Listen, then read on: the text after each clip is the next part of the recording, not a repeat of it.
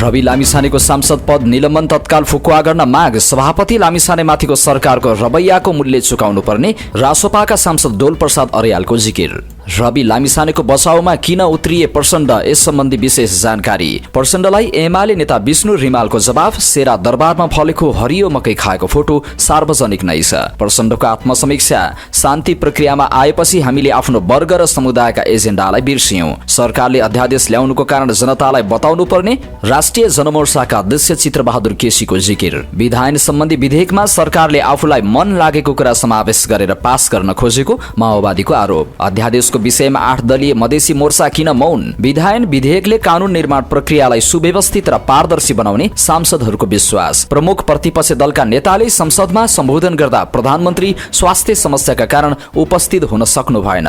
नेकपा एमालेका प्रमुख सचेतक महेश बर्तौलाको भनाई। कांग्रेस एमालेले पनि नसके देशमा कहिल्यै विकास नहुने चिन्ता जनतामा रहेको पूर्व राष्ट्रपति विद्यादेवी भण्डारीको भनाई। भण्डारीले भनिन् शिक्षा क्षेत्र बरालिएको छ। कांग्रेस नेता मीन विश्वकर्मा विरुद्ध अख्तियारमा हर्क साम्पाङको उजुरी। गृहमन्त्रीलाई कारबाहीको माग गर्दै कांग्रेस कार्यालयमा प्रदर्शन। संसदबाट गृहमन्त्री र आईजीपी माथि छानबिनको माग। उप प्रधानमन्त्री प्रकाशमान सिंह भन्छन् काम भन्दा हल्ला बढी गर्नेको नियत बुझौं। कार्यकर्तालाई परराष्ट्र मन्त्री आर्जु राणा देउबाको निर्देशन। फेसबुकमा नकारात्मक कमेन्ट शेयर नगर्नुहोला, सबैको म हेर्छु। जसपा महासचिव भन्छन् प्रधानमन्त्रीले हामीबाट धेरै आशा नराख्दा हुन्छ।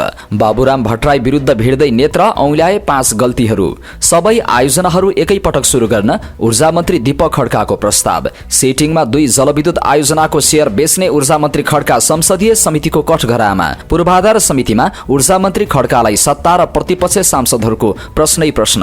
जलविद्युत आयोजना ठेक्का प्रक्रियामा संलग्न नभएको खड्काको जिकिर। राष्ट्रपति चुरे संरक्षण कार्यक्रममा लक्ष्य बमोजिम प्रगति भएको रक्षा मन्त्री मानवीर राईको जिकिर। अवैध क्रसर सञ्चालनमा रोक लगाउन सांसद दाहालको माग। डिजिटल भुक्तानीमा लगाएको भ्याट खारेज गर्दै निशुल्क बनाउन रासोपाकी सांसद निशा डाँगीको माग। कबाड व्यवसायमाथि काठमाडौँ महानगरको धरपकड रोक्न कांग्रेसकी सांसद नागिना यादवको माग। स्वर्गद्वारी गुठी पीडितको माग सम्बोधन गर्न सरकारको ध्यानाकर्षण। अर्थ मन्त्रालयबाट निर्देशिका र आर्थिक कार्यविधि स्वीकृत नहुँदा 10औं खेलकुद अगाडि बढ्न नसकेको खेलकुद मन्त्री तेजुलाल चौधरीको जिकिर। धनगढी उरै सडक निर्माणमा बजेट विनियोजन मेरो एकल प्रयासले भएको हो। सांसद एवं पूर्व मन्त्री प्रेम बहादुर आलेको जिकिर। पाथीभरामा केबलकार बनाउने कुरा शान्तिपूर्ण संवादबाट टुंग्याउनु पर्नेमा कांग्रेस सांसद प्रकाश शरण महतको जोड। देश विकास गर्ने अनुकूल समय यही हो, पूर्व राष्ट्रपति विद्या भण्डारीको भनाई। बाल यौन दुर्व्यवहारमा मदन राईलाई 2.5 वर्ष कैद, 1 लाख रुपियाँ जरिवाना।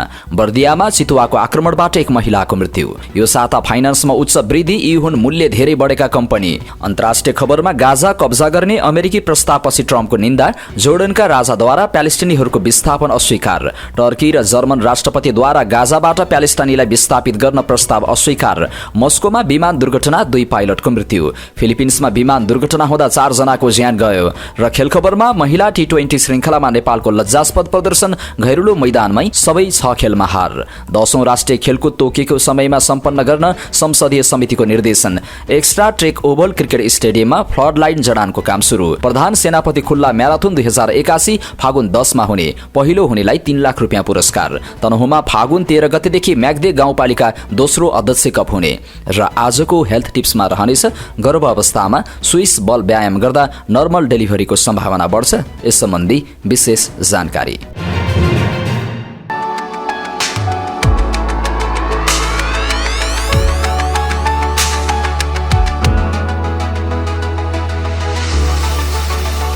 Let me in, Korean aesthetic for your beautiful life. दर्शक महानुभाव नमस्कार। समाचार पार्टी.com को न्यूज बुलेटिनमा यहाँलाई हार्दिक स्वागत छ। म रामशरण नेपाली। आज मिति 2081 माघ 26 गते शनिबार। नेपाल सम्मत 1145 सन् 2025 फेब्रुअरी 8 तारिक माघ शुक्ल पक्षको एकादशी तिथि। सदाझै आज पनि हामी उपस्थित भएका छौं आजका मुख्य समाचार, ब्रेकिङ न्यूज अपडेट लगायत तपाईलाई काम लाग्ने हेर्नै पर्ने महत्त्वपूर्ण समाचार लिएर। हामीलाई अन्तिमसम्म हेर्नुहोला। हाम्रो मेहनतको लागि यो भिडियोमा एउटा लाइक अवश्य गर्नुहोला। हाम्रो हाम्रो च्यानल अहिलेसम्म सब्स्क्राइब गर्नुभएको छैन भने सब्स्क्राइब गर्नुहोला अनि नजिकै आउने बेल आइकनमा क्लिक गर्नुहोला। देशभित्रबाट हेर्दै हुनुहुन्छ भने आफू रहेको गाउँ ठाउँ शहर जिल्लाको नाम लेख्नुहोला। विदेशमा हुनुहुन्छ भने कुन देशबाट हेर्दै हुनुहुन्छ त्यो कुरा तलको कमेन्ट बक्समा कमेन्ट गर्नुहोला। दैनिक रूपमा हेर्नुहुन्छ भने रेगुलर भनेर लेख्नुहोला। आज पहिलो पटक हेर्दै हुनुहुन्छ भने फर्स्ट टाइम भनेर लेखिदिनुहोला। आउनुहोस् दर्शक महानुभाव, आजका मुख्य समाचार सुरु गरौं। रवि लामिछानेको सांसद पद निलम्बन तत्काल फुकुवा गर्न माग, यस सम्बन्धी प्रसंगबाट। राष्ट्रिय स्वतन्त्र पार्टीका कार्यवाहक सभापति डीपी अर्यालले सभापति रवि लामिछानेको सांसद पद निलम्बन फुकुवा गर्न माग गरेका छन्। प्रतिनिधि सभाको बैठकमा बोल्दै उनले सरकारको रवैयालाई संसदले समर्थन जनाएको आशंका व्यक्त गरे। उनले भने उहाँमा सरकारले त प्रतिशोध साध्यो, सार्वभौम संसदले पनि सरकारको रवैयालाई समर्थन जनाएको हो कि भन्ने महसुस भएको छ। चौथो ठूलो दलको सभापतिमाथि सरकारको यो हदसम्मको प्रतिशोधको मूल्य सरकारले पक्कै चुकाउनु पर्नेछ। झुटा मुद्दा लगाएर फसाउने सरकारको कुनियत सबैले बुझिसकेका छन्। सरकारको रवैयालाई संसदले समर्थन नगरोस्। प्रतिनिधि सभाको नियमावली अनुसार थुनामा नरहेको बेलामा सांसद पद निलम्बन नहुने व्यवस्थालाई कार्यान्वयन गर्दै तत्काल निलम्बन फुकुवा गर्न उनले माग गरे। नेकपा माओवादी केन्द्रका अध्यक्ष पुष्पकमल दाहाल प्रचण्ड बिहिबार संसदमा सम्बोधन गर्ने क्रममा पूर्व गृहमन्त्री तथा राष्ट्रिय स्वतन्त्र पार्टी रासोपाका सभापति रवि लामिछानेको बचाउमा उत्रिए। प्रमुख प्रतिपक्षी दलको हैसियतमा सम्बोधन गरेका उनले न्यायपालिकालाई धम्क्याएर सरकारले रविलाई जेलमा सडाई छाड्ने षड्यन्त्र गरेको आरोप लगाए। प्रधानमन्त्री केपी ओलीप्रति आक्रोश पोखेका प्रचण्डले रवि विरुद्ध प्रतिशोध र पूर्वाग्रह राखेर सरकारले सिङ्गो राज्य शक्तिको दुरुपयोग गरेको जिकिर गरे।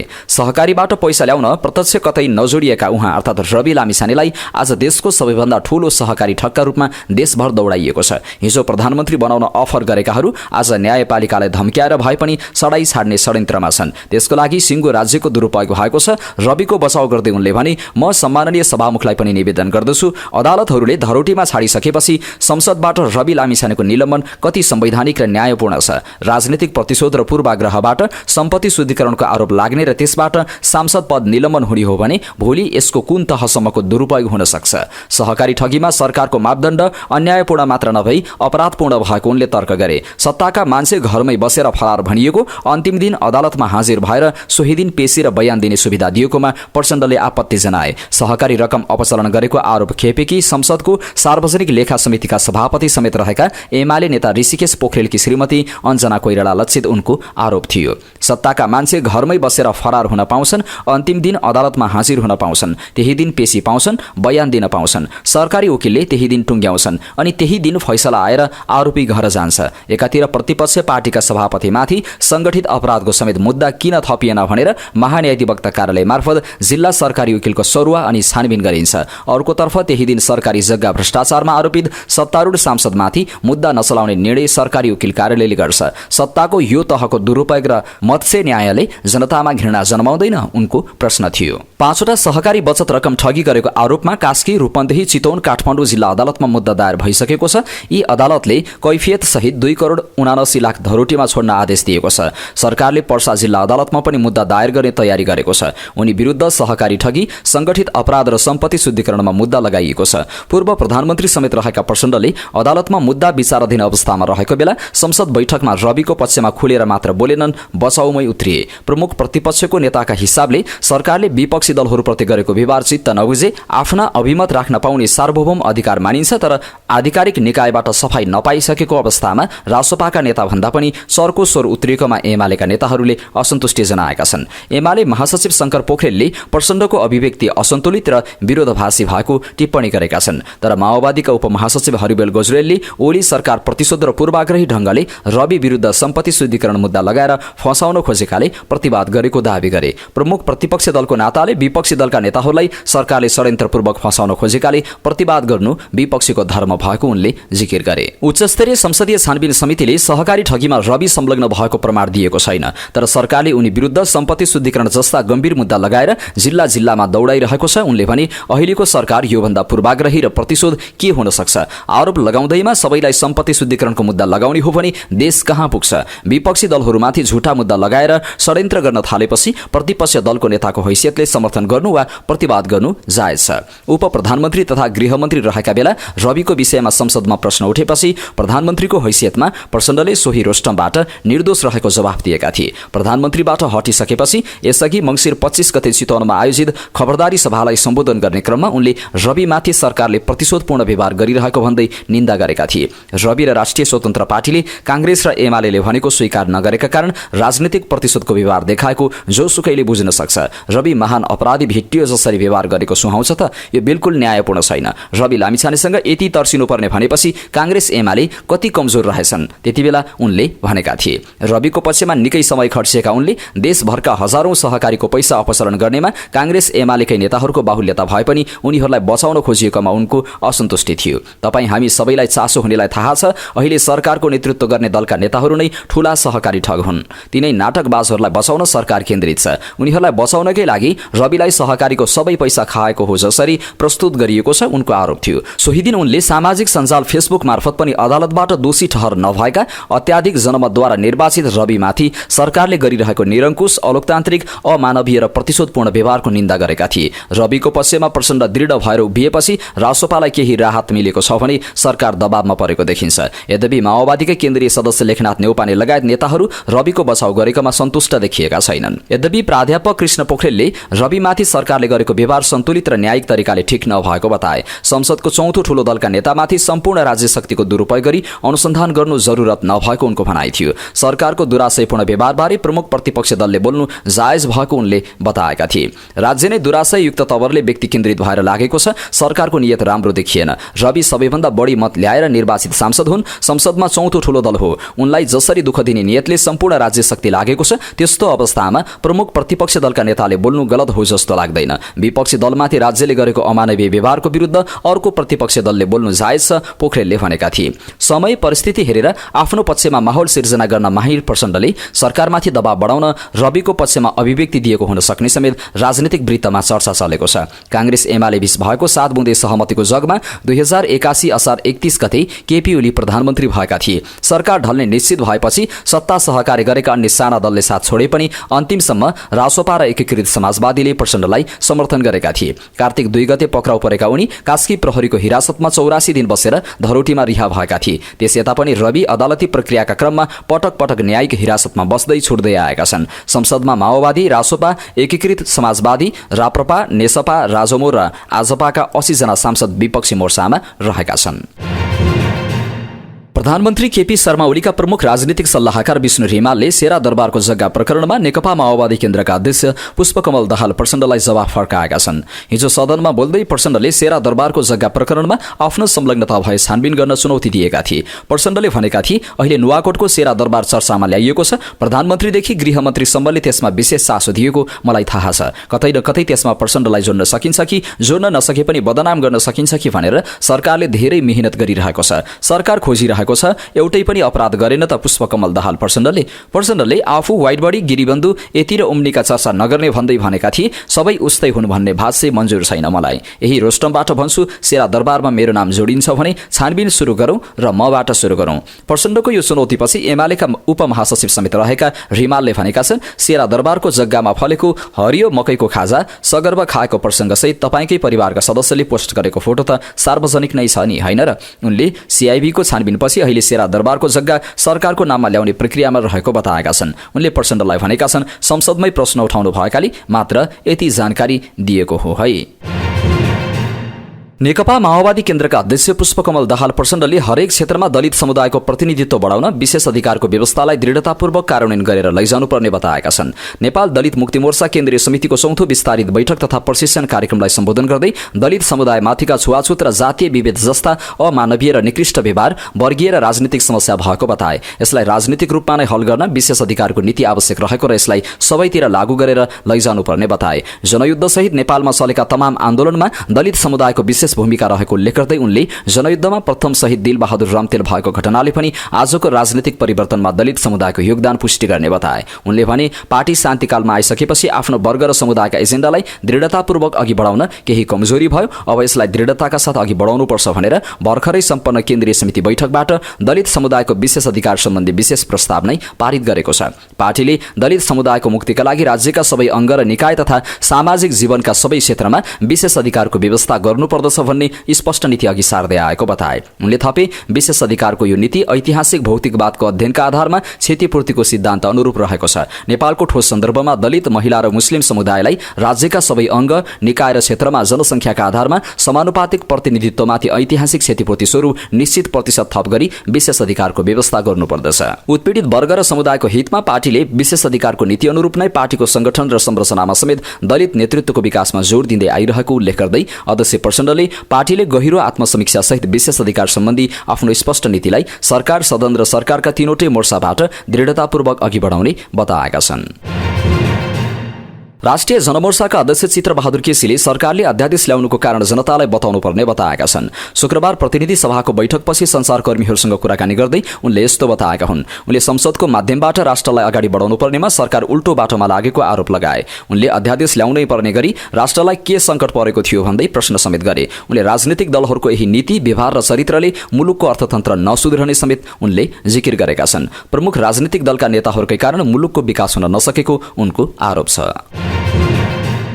नेकपा माओवादी केन्द्रका प्रमुख सचेतक हितराज पाण्डेले सरकारले संसदको प्रक्रिया मिचेको आरोप लगाएका छन्। बिहीबार प्रतिनिधि सभाको बैठकपछि संचारकर्मीहरूसँग कुराकानी गर्दै उनले विधायन सम्बन्धी विधेयकमा आफूलाई मन लागेको कुरा समावेश गरेर पास गर्न खोजेको आरोप लगाएका हुन्। उनले समितिबाट सर्वसम्मत पास भएर आएको प्रतिवेदन संसदमा प्रस्तुत गर्दा जनतालाई झुक्क्याउने प्रयास गरेको बताए। कानून निर्माण जस्तो गम्भीर विषयमा आफूलाई मन लागेका कुराहरू घुसाउने र बहुमतको धाग लगाउने कार्य गलत भएको जिकिर छ। उनले सरकारले कानून मिचेर अध्यादेश ल्याएको समेत आरोप लगाएका छन्। शुक्रबारको बैठकमा कानून, न्याय तथा संसदीय मामिला मन्त्री अजय कुमार चौरासियाले विधायन सम्बन्धमा व्यवस्था गर्न बनेको विधेयक संसदमा पेश गरेका थिए।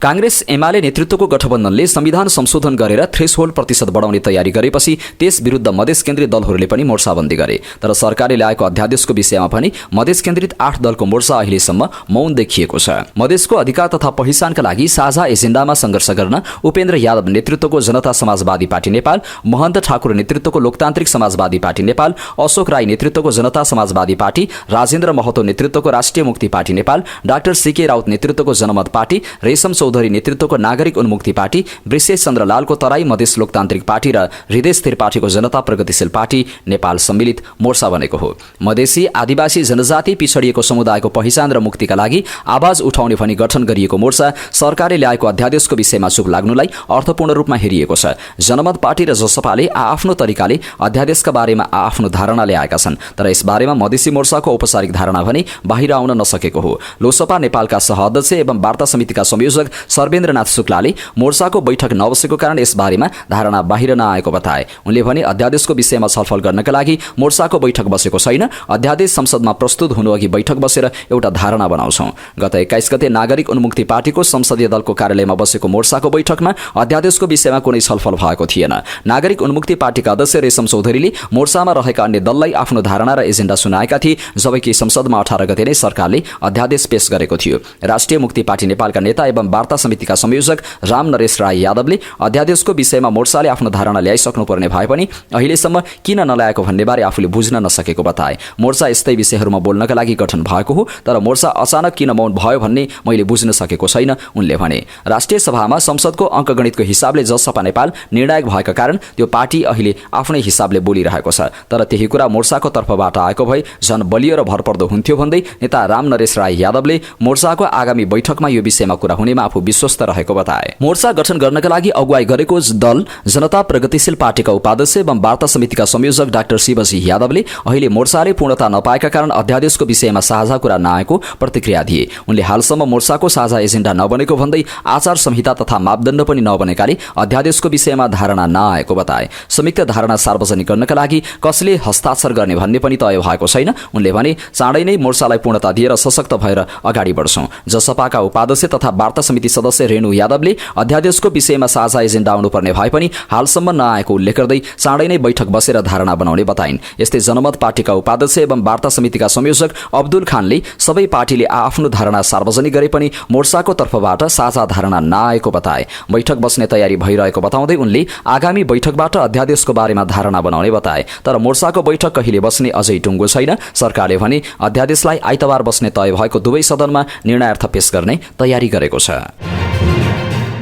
विधायन सम्बन्धमा व्यवस्था गर्न बनेको विधेयकले कानूनमा रहेका जटिलता र दोहोरोपन हटाउने विश्वास सांसदहरूले गरेका छन्। शुक्रबारको प्रतिनिधि सभाको बैठकमा विधायन व्यवस्थापन गर्न बनेको विधेयकमाथि छलफलमा सहभागी हुँदै उनीहरूले विधेयकले कानून निर्माण प्रक्रियालाई सुव्यवस्थित र पारदर्शी बनाउने विश्वास व्यक्त गरेका हुन्। संविधान कार्यान्वयनका लागि कानूनहरूलाई लागू गर्न प्रत्यायोजित विधायन सकारात्मक रहेको उनीहरूको भनाइ छ। बैठकमा बोल्दै नेकपा माओवादी केन्द्रका सांसद पूर्ण बहादुर घरती मगरले कानून निर्माण र कार्यान्वयन प्रक्रियालाई पारदर्शी र जवाफदेही बनाउँदै मुलुकमा सुशासन प्रवर्धनको उक्त विधेयक प्रभावकारी बन्ने बताए। उनले कानूनी शासन बलियो बनाउँदै भ्रष्टाचार कम गर्ने र नीति नियमलाई वैज्ञानिक र प्रभावकारी बनाउन उक्त विधेयकले मद्दत गर्ने विश्वास व्यक्त गरे। उनले कानूनी व्यवस्थाबारे जनतालाई जानकारी दिने व्यवस्था यो विधायनले दिने उनको धारणा छ। छलफलमा सहभागी हुँदै नेकपा एमालेका सांसद अच्युत मैनालीले संविधान निर्माण भएको लामो समय भइसक्दा समेत कार्यान्वयनका लागि आवश्यक कानूनहरू हुन नसकेको बताए। उनले कानून निर्माण गर्ने क्रममा सरकार बनाउने र सरकार खसाल्ने कामप्रति बढी चासो राख्ने गरेको अवस्थामा कानूनहरूको कार्यान्वयनका लागि प्रत्यायोजित विधायन बन्नु सकारात्मक रहेको बताए।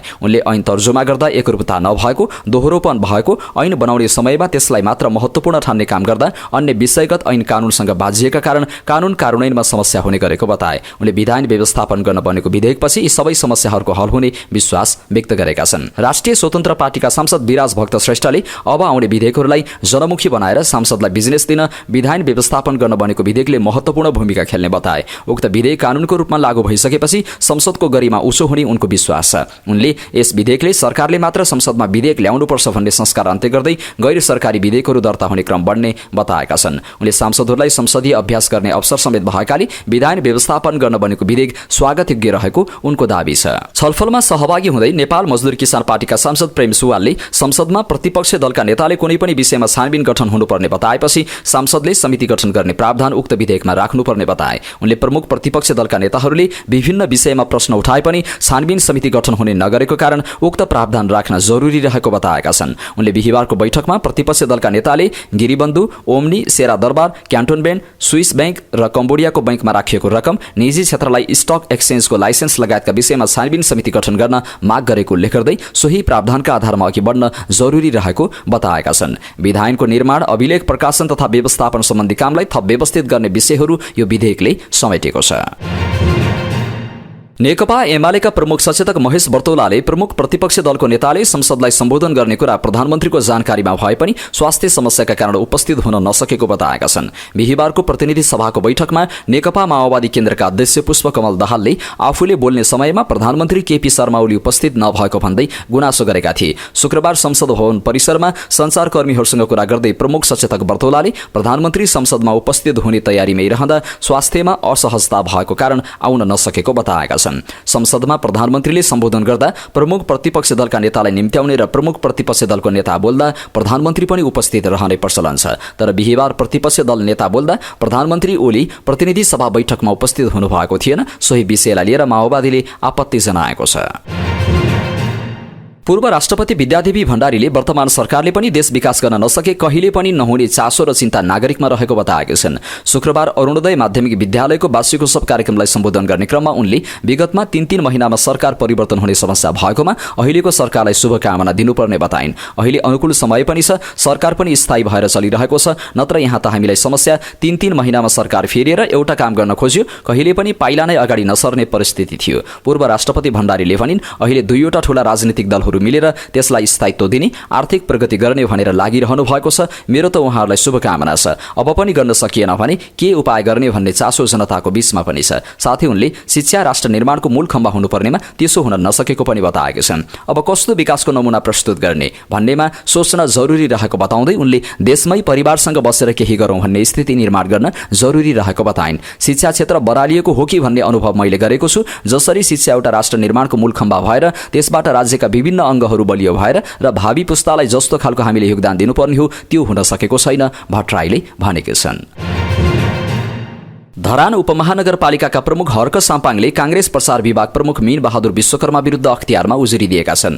पूर्व मन्त्री समेत रहेका विश्वकर्माले एक टेलिभिजनसँगको अन्तर्वार्तामा धरान खानेपानी योजनाको विषयमा बोलेको विषयलाई लिएर छानबिन गरी दोषी देखिएमा कारबाही गर्न माग गरेका हुन्। उनले उजुरी दिएको पत्र फेसबुकमा राख्दै लेखेका छन्, अख्तियारलाई फेरि एउटा काम दिएँ मैले आज, हेरौँ कतिको इमान्दार भएर काम गर्दो रहेछ। 24 करोडको हिनामिना देखिन्छ। उनले अनुसन्धान गर्नको लागि दबाब दिन सबैलाई आग्रह गरेका छन्। गृहमन्त्री रमेश लेखकलाई कारबाहीको माग गर्दै दलित अधिकारकर्मीले नेपाली कांग्रेसको केन्द्रीय कार्यालयमा विरोध प्रदर्शन गरेका छन्। दलित अधिकारकर्मी खगेन्द्र सुनारको नेतृत्वमा केन्द्रीय कार्यालय सानेपा पुगेको टोलीले विरोध प्रदर्शन गरेको हो। टोलीले केन्द्रीय कार्यालयका सचिव डाक्टर प्रदीप पराजुलीलाई ध्यानाकर्षण पत्र बुझाएका छन्। सर्लाहीमा अन्तर्जातीय विवाह गर्ने सत्येन्द्र कुमार राम चमार र नेहा रौनियारको विषयमा गृहमन्त्रीकै निर्देशनमा उनीहरूलाई पक्राउ पुर्जी जारी भएकाले कारबाही हुनुपर्ने उनीहरूको माग छ। कांग्रेस कार्यालय पुगेका उनीहरूले दलित हिंसा गर्ने गृहमन्त्रीलाई कारबाही गर, जातीय हिंसामा संलग्न गृहमन्त्रीलाई बर्खास्त गर लगायतका नारा लेखिएको प्लेकार्ड बोकेका थिए। यही विषयमा बिहिबार संसद बैठकमा बोल्ने धेरैजसो सांसदहरूले प्रश्न उठाएका थिए। यस्तै शुक्रबार जारी संसद बैठकमा पनि गृहमन्त्री लेखक र नेपाल प्रहरीका महानिरीक्षक आइजिपी वसन्त बहादुर कुँवरमाथि छानबिन गर्नुपर्ने माग उठेको छ। नेकपा एकीकृत समाजवादीका सांसद प्रकाश ज्वालाले गृहमन्त्री रमेश लेखक र नेपाल प्रहरीका महानिरीक्षक आइजिपी वसन्त बहादुर कुँवरमाथि छानबिन हुनुपर्ने माग गरेका हुन्। प्रतिनिधि सभा बैठकमा बोल्दै उनले सर्लाहीमा अन्तर्जातीय विवाह गर्ने सत्येन्द्र कुमार राम चमार र नेहा रौनियारको विषयमा उनीहरूमाथि छानबिन हुनुपर्ने बताएका हुन्। बिहिबारको संसद बैठकमा पनि यो विषयमाथि चर्को बहस भएको थियो। सत्ता र प्रतिपक्ष दुवै तर्फका सांसदहरूले एक स्वरमा यस घटनाबारे ध्यानाकर्षण गराएका थिए। त्यसमाथि शुक्रबारको बैठकमा बोल्ने क्रममा सांसद ज्वालाले गृहमन्त्री र आइजिपीमाथि छानबिन हुनुपर्ने र दोषीलाई कारबाही हुनुपर्ने माग राखे। सत्येन्द्र राम र नेहा रौनियारको विवाहलाई सर्वोच्चले वैधता दिएको छ, तर उक्त दम्पतिलाई मुम्बईबाट समेत पक्राउ गरेर ल्याएर यातना दिनका लागि, अत्याचार गर्नका लागि निर्देशन दिने गृहमन्त्री आइजिपी लगायतलाई छानबिन गरी दोषीलाई कडाभन्दा कडा कारबाही गरियोस् भन्ने माग गर्दछु उनले भनेका छन्। उप प्रधानमन्त्री एवं शहरी विकास मन्त्री प्रकाश मान सिंहले काम गर्नेहरूलाई हावादारी गफ गर्नेहरूसँग तुलना गर्न नमिल्ने बताएका छन्। शुक्रबार आफ्नै निर्वाचन क्षेत्र काठमाडौँ 1 अन्तर्गत पर्ने काठमाडौँ महानगरपालिका वडा नम्बर 29 को वडा भवन उद्घाटन गर्दै उनले यस्तो बताएका हुन्। संविधान जारी गरेको कुरा यो केही होइन भन्छन्, के गर्दा ठूलो क्रूर हुने यहाँ। उनले प्रश्न गरे, काम गर्नेहरूलाई त्यसै हावादारी गफ गर्नेहरूसँग तुलना गरेर हुन्छ?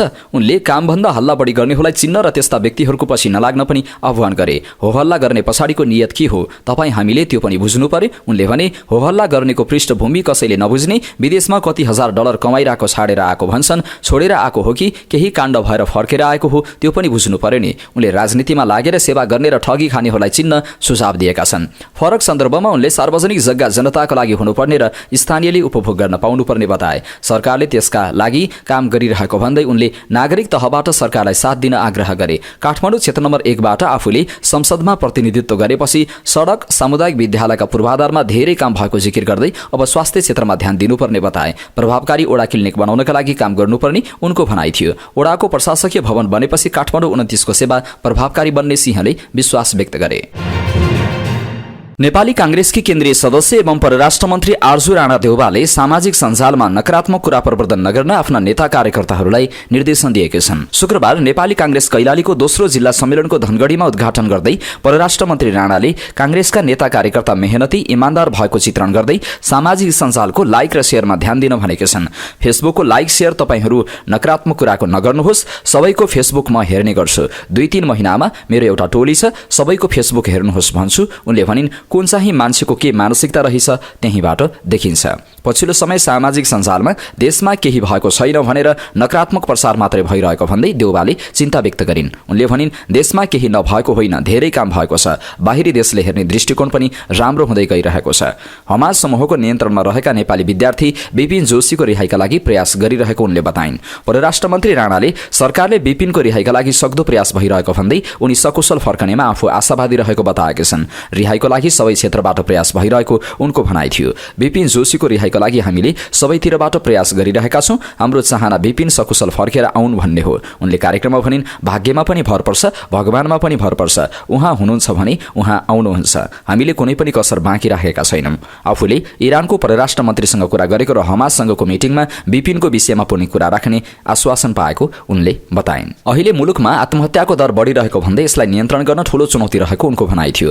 उनले प्रत्येक वर्ष 6 6000ले आत्महत्या गर्ने गरेको बताइन्। नेपाली कांग्रेसको नीति मार्गदर्शन देश बनाउने भएको बताउँदै सबै नेता कार्यकर्तालाई सकारात्मक सोचका साथ अगाडि बढ्न आग्रह गरिन्। उनले राजनीतिबाट मात्रै परिवर्तन ल्याउन सकिने बताउँदै आफ्नो क्षेत्रबाट कर्तव्य पूरा गर्नुपर्ने बताइन्। देशको जनताले प्रजातन्त्र र लोकतन्त्रलाई विश्वास गरेको छ। यही विश्वासले यो देशलाई यहाँसम्म पुर्याएको हो। अहिले भू राजनीति हेर्दा विश्व सामु समस्या आउन सक्छ। उनले भनिन्, यसमा नेपाली कांग्रेसको नेतृत्व एकदमै महत्त्वपूर्ण, हाम्रो देशको लागि र सबैको लागि। नेपाली कांग्रेस कैलालीका सभापति नारायण दत्त भट्टको सभापतित्वमा भएको जिल्ला सम्मेलनमा जिल्लाभरका अगुवा नेता कार्यकर्ताहरूको सहभागिता रहेको छ। जसपा नेपालका महासचिव रामकुमार शर्माले प्रधानमन्त्रीले आफूहरूबाट धेरै आशा नराख्दा हुन्छ भनेका छन्। एक सञ्चार माध्यमसँगको कुराकानीमा उनले भने, हाम्रो कुरा प्रष्ट छ। जुन अध्यादेशले देश र जनतालाई हित गर्छ, तराई मधेसका जनतालाई हित गर्छ, त्यसलाई हाम्रो समर्थन नै रहन्छ। हामी सरकारमा भएको पार्टी होइनौं, हामीलाई कुनै बाध्यता छैन। हामी गुण र दोषको आधारमा सरकारले ल्याएको अध्यादेशको समर्थन र विरोध गर्ने हो। भूमि र सहकारी विधेयकमा आम चासो भएको छ। भूमि विधेयक त राष्ट्रपतिले पनि रोक्नु भएको थियो। सरकारको तर्फबाट दबाब दिएपछि उहाँले जारी गर्नु भएको हो। भूमि विधेयक राष्ट्रिय विषय नै बनेपछि हामीले सबै क्षेत्रका विज्ञहरूलाई राखेर अध्ययन गरेका छौं। हामीले तराई मधेसमा केन्द्रित भएर हेरेका छौं। अब उहाँहरूले जब अध्यादेश सदनमा ल्याउनुहुन्छ, हामी उपयुक्त समयमा निर्णय लिन्छौं। अध्यादेशलाई जसपा नेपालले सत्ताको भर्याङ बनाउन खोज्यो भन्ने आरोप छ नि भन्ने प्रश्नमा उनले भने, यसमा कुनै सत्यता छैन। राज्यले हो या हाम्रो पार्टीलाई माया नगर्नेहरूले कुप्रचार गरेको हो। विगतमा पनि हामीले सरकारलाई समर्थन गर्यौं, त्यही सरकारले हाम्रो पार्टीलाई तोडिदियो। हाम्रो पार्टीलाई केपी ओलीजीले तोडफोड गरे पनि, हामीलाई बेइमानी गरे पनि, मधेसमा हाम्रो प्रतिस्पर्धीलाई मुख्यमन्त्री बनाइदिए पनि हामीले समर्थन त गरिरहेका छौं। तर हाम्रो अन्धभक्त समर्थन होइन। देश र जनताको पक्षमा हुनेलाई समर्थन गर्ने, नभई विरोध गर्ने भन्ने हाम्रो नीति हो। सरकारले हिजो फिर्ता नगरेको भए हामी निर्णयमा पुगिसक्थ्यौं। तर सरकार आफै विश्वस्त छैन। 2/3 फुर्ती लगाएर संविधान संशोधन गर्छु भन्छ, अर्कोतिर आफैलाई कन्फिडेन्ट छैन। अध्यादेश लगेपछि पास हुन्छ कि फेल हुन्छ भन्नेमा यो त सरकारमाथि नै नैतिकताको प्रश्न भयो। आफूले ल्याएको अध्यादेश पास हुन्छ भन्ने विश्वास गुमाइसकेपछि कुन नैतिक को आधारमा सरकारको नेतृत्व गर्ने? अझै तराई मधेसका पार्टीहरू पनि सरकारमा छन्। यो अध्यादेशले जंगललाई नोक्सान गर्ने, तपाई मधेसको जमिन आफ्नो कार्यकर्तालाई वितरण गर्ने, पर्यावरणमा ठूलो क्षति पुर्याउने, राष्ट्रिय निकुञ्जहरूलाई समेत असर गर्ने खालको छ। त्यसैले ठूलो बहस चलेको छ। नेपाल समाजवादी पार्टी नयाँ शक्तिको प्रथम राष्ट्रिय महाधिवेशन 27 माघदेखि काठमाडौँमा सुरु हुँदैछ। यो सम्मेलनबाट केन्द्रीय नेतृत्व चयन गर्ने तयारी चलिरहेको छ, जसका निम्ति देशभरिबाट 1500 प्रतिनिधि काठमाडौँ पुग्नेछन्। यीमध्ये 1350 चुनिएका र बाँकी मनोनित प्रतिनिधि हुनेछन्। नेताहरूका अनुसार पार्टीको अध्यक्ष पदमै मतदान हुने निश्चित जस्तै भएको छ, किनकि युवा नेता नेत्र चापागाईँले अध्यक्ष पदमै उम्मेदवारी घोषणा गरेका छन्। त्यसैले चापागाईँले उम्मेदवारी फिर्ता नलिए पूर्व प्रधानमन्त्री डाक्टर बाबुराम भट्टराईसँग उनको प्रतिस्पर्धा हुनेछ। स्रोतका अनुसार चापागाईँले उम्मेदवारी फिर्ता नलिने अडान लिएकाले मत विभाजनबाटै नेतृत्व चयन हुने सम्भावना बढी छ। पूर्व विद्यार्थी नेता चापागाईँले पार्टी अध्यक्ष पदमा उम्मेदवारी घोषणासहित एक अलग प्रस्ताव तयार पारेका छन्। महाधिवेशनले टुङ्गो लगाउनुपर्ने अन्तर्वस्तु भनेर चापागाईँले तयार पारेको दस्तावेज 4 खण्डमा विभाजित छन्। पहिलो खण्डमा सामाजिक आर्थिक एजेन्डाहरू, दोस्रोमा संवैधानिक व्यवस्थाको सुधार र तेस्रोमा पार्टी पुनर्संरचनाको प्रस्ताव गरिएको छ। चौथो खण्डमा चापागाईँले पार्टी निर्णयहरूको समीक्षा उल्लेख छ। 3 असोज 2072 मा संविधान सभाबाट संविधान जारी भएपछि बनेको नयाँ शक्ति पार्टीले गरेका कमजोरीहरूलाई चापागाईँले 5 बुँदामा समेटेका छन्। नयाँ वैकल्पिक शक्ति निर्माणको उद्देश्यसहित गठन भएको पार्टीले 2074 को चुनावमै चिन्हको संकट खेप्नु परेको थियो। तत्कालीन सरकारले चुनाव चिन्हको समस्या सिर्जना गर्दा स्वतन्त्र उम्मेदवारी नदिएर चिन्हका निम्ति आन्दोलन गर्दा गलत सन्देश गएको चापागाईँको निष्कर्ष छ। चुनाव चिन्हका लागि आन्दोलन गर्नु र अन्त्यमा चुनाव चिन्ह सापट लिएर निर्वाचनमा जानु नियत राम्रो हुँदाहुँदै पनि जनतामा पुरानो शक्ति जस्तै देखियो, उनको प्रस्तावमा उल्लेख छ। 2074 को चुनाव अगाडि वाम गठबन्धनको निर्णय भएको थियो। त्यसबेला नेकपा एमाले र माओवादी केन्द्रसँग गठबन्धन गर्ने भनेर बाबुराम भट्टराईले पनि हात उठाएका थिए, जसलाई चापागाईँले गल्ती भनेका छन्। नयाँ शक्ति गठन भएको छोटो समयमा नै वैचारिक बहस बनाएर गाउँ प्रवेश गर्दा गर्दै ओली प्रचण्डको सत्ता स्वार्थबाट बनेको वाम एकतामा नेतृत्व जानु सैद्धान्तिक गल्ती भएको थियो, उनले लेखेका छन्। नेत्र चापागाईँले पार्टीको तेस्रो गल्तीमा उपेन्द्र यादवसँग एकता गर्नुलाई मानेका छन्। संघीयता र पहिचानको मुद्दामा कार्यगत एकता गरेर संघीयतालाई अधिकार दिलाउन सरकारले दबाव सिर्जना गर्नुपर्थ्यो। उनको प्रस्तावमा भनिएको छ, पार्टी नै एकता गर्दा जनतामा एक थान क्षेत्रीय मधेसवादी दलको रूपमा जनताको बुझाइ भयो, त्यसैले वैकल्पिक राजनीतिक शक्ति बन्न सकेन। पार्टी गठनको 10 वर्ष पुग्दै गर्दा भएको चौथो गल्ती जसपा निर्माण भएको उनको निष्कर्ष छ। 2077 वैशाखमा तत्कालीन प्रधानमन्त्री केपी शर्मा ओलीले राजनीतिक दल सम्बन्धी अध्यादेश ल्याएका थिए। उक्त अध्यादेशको उद्देश्य पार्टी विभाजन थियो। निशानामा उपेन्द्र बाबुराम नेतृत्वको तत्कालीन समाजवादी पार्टी थियो, तर पार्टी विभाजन रोक्न भनेर महन्त ठाकुर नेतृत्वको राजपासँग एकता गरेर जसपा निर्माण भएको थियो। यसलाई चापागाईले चौथो गल्ती भनेका छन्। नेतृत्वको धुमिल छवि मधेस केन्द्रित मात्रै चिन्तनको कारणले जनताले वैकल्पिक शक्ति मान्न तयार भएन। मुद्दा केन्द्रित कार्यगत एकता मात्रै गर्नुपर्नेमा पार्टी एकता गर्नु हाम्रो सामूहिक गल्ती थियो, प्रस्तावमा उल्लेख छ। नयाँ वैकल्पिक शक्ति निर्माणको समस्या औँल्याउने क्रममा चापागाईले 5औं गल्ती प्रचण्डसँग चुनावी सहकार्यलाई मानेका छन्। 2079 को चुनावमा समाजवादी केन्द्र बनाउने उद्देश्यसहित चुनावी सहकार्य भएको थियो, जस क्रममा बाबुराम भट्टराईले गोर्खा 2 मा प्रचण्डलाई छोडिदिएका थिए। नेत्रले यो निर्णयलाई गल्ती भनेका छन्। चितवनमा प्रचण्ड विरोधी चुनावी माहौल निर्माण भएपछि प्रचण्ड चुनावी क्षेत्र सुनिश्चित खोज्दै हिँडेको उक्त समयमा समाजवादी केन्द्रको जालसाँची पासो फ्याँकेको सजिलै बुझ्न सकिन्थ्यो। उनले लेखेका छन्, त्यति सजिलै बुझ्ने कुरामा पनि पार्टीमा पर्याप्त छलफल नगरी निर्वाचन क्षेत्र छोड्नु र चुनाव चिन्ह लिनु समाजवादी केन्द्रका लागि वार्ता समिति बनाउनुले जनतामा फेरि माओवादीमा फर्किने भन्ने भ्रम पैदा भयो। ऊर्जा, जलस्रोत तथा सिँचाइ मन्त्री दीपक खड्काले लक्ष्य प्राप्तिका लागि सबै आयोजनाहरू एकैपटक बन्नुपर्ने बताएका छन्। शुक्रबार पूर्वाधार विकास समितिको बैठकमा बोल्दै उनले सरकारसँग भएका जति पनि आयोजनाहरू छन् ती सबै आयोजनाहरूलाई एकैपटक सुरु गर्नुपर्ने अवस्था रहेको बताएका छन्। उनले भने सरकारसँग भएका जति पनि आयोजनाहरू छन् ती सबै आयोजनाहरूलाई एकैपटक सुरु गर्नुपर्ने अवस्था छ। सरकारले लिएको लक्ष्य प्राप्तिका लागि समयमै त्यो लक्ष्य हासिल गर्न सबै आयोजनाहरू बन्नुपर्छ। एकैपटक सुरु गरिएन भने अझै 6-7 वर्ष समय कुर्नुपर्छ। छिटो गरियो भने 8 वर्ष 10 वर्ष काम सम्पन्न हुन समय लाग्ने स्थिति छ। साथै उनले आयोजनाहरू छिटो बनाउनका लागि के कुराको शब्दावली राख्नुपर्छ त्यो समितिले जानकारी दिन समेत आग्रह गरे। उनले विकास निर्माणमा भएको स्रोत साधनमा लगानी गर्न विदेशीहरूलाई गुहार्नुपर्ने अवस्था रहेको उनले बताएका छन्। यसैबीच सेटिङमा आफू अनुकूलका कम्पनीलाई 2 ठूला जलविद्युत आयोजनाको शेयर बेच्ने ऊर्जा मन्त्री दीपक खड्काको बदनियतमाथि संसदीय समितिमा चर्को आलोचना भएको छ। 445 मेगावाटको किमाथाङका अरुण र 1902 मेगावाटको मुगु कर्णाली अर्ध जलाशययुक्त आयोजनाको 51% शेयर बिक्रीको टेन्डर निकालेका मन्त्री खड्काको नियतमाथि संसदको पूर्वाधार तथा विकास समितिमा प्रश्न उठेको हो।